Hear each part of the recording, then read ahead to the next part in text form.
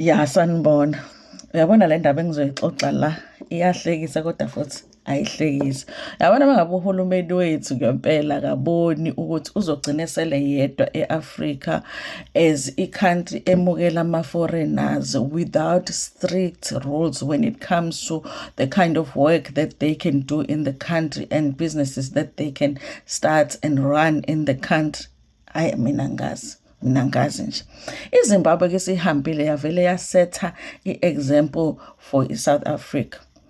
iZimbabwe isiyenze imithetho ethile e-restricta ama-foreigners ahlala eZimbabwe when it comes to ama-businesses that they can participate in. Okusho ukuthi nje uma ngabe uyi-South African uhlala eZimbabwe kunama-rules ukuthi lama-business sectors awukwazi nje ukungena kuwona.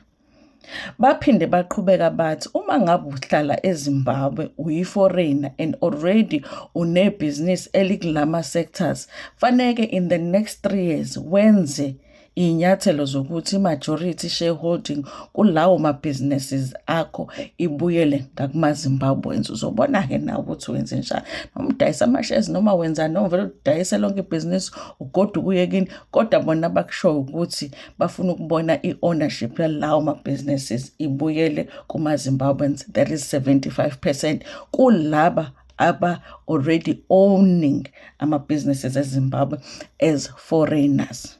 Nanka-ke ama-sectors ekuthiwa as a foreign eZimbabwe ngeke uze ukwazi ukuthi ungene kuwona. Kuthiwa ibhizinisi lamateksi ngeke uze ukwazi ukungena kulona as a foreigner. Kuthiwa ibhizinisi le-bakery ngeke uze ukwazi ukungena kulona eZimbabwe. Kuthiwa ibhizinisi le-salon hairdressing, yes, ngeke uze ukwazi ukuthi ungene kulona. So amabhizinisi ama-tax, ama-bakeries nama-salon azo-reservwa for ama-Zimbabweans. So only the Zimbabweans will be able to start those businesses.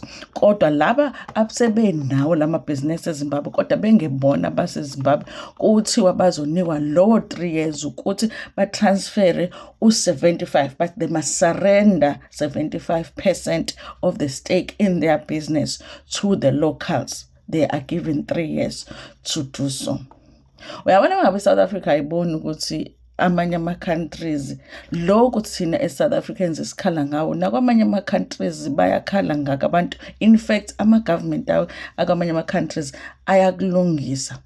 Uma lento ibiphumela eSouth Africa ubuzobezwa-ke bese bezoqala-ke bathi thina ama-foreigners asiwathandi, thina South Africans we are not real Africans because we don't like other Africans. But nathi eZimbabwe iyasikhombisa ukuthi ayikho into wrong ngokuthi uprioritize abantu bakho. You know, as a South African government, there's nothing wrong with prioritizing your own South African people before you can help the outsiders. iZimbabwe yasikhombisa lokho. iZimbabwe ithi okuncane nginako mina ngizoqala ngikunike ama-locals ami before I can think about ama-outsiders.